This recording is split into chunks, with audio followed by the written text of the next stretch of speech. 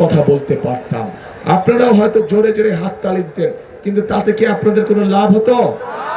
লাভ হতো না। বাংলাদেশের মানুষ এখন জানতে চায়, বাংলাদেশের মানুষ এখন দেখতে চায় যে কোন রাজনৈতিক দল কি পরিকল্পনা গ্রহণ করবে দেশ এবং জনগণের জন্য, যাতে জনগণ এবং দেশ আগামীতে সামনের দিকে এগিয়ে যেতে পারে।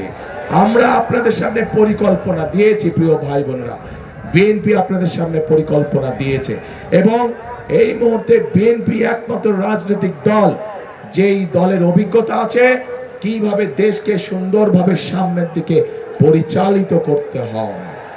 বিএনপি ছাড়া এই মুহূর্তে বাংলাদেশকে সঠিকভাবে পরিচালনা করতে পারে অভিজ্ঞতা সম্পন্ন এরকম কোন রাজনৈতিক দল নেই।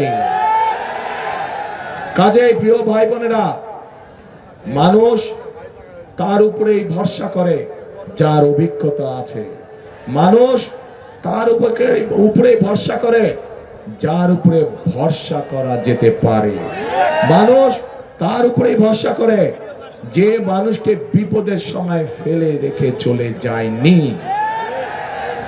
এবং এই সব গুণ একমাত্র বিএনপির ভিতরেই আছে প্রিয় ভাই বোনেরা।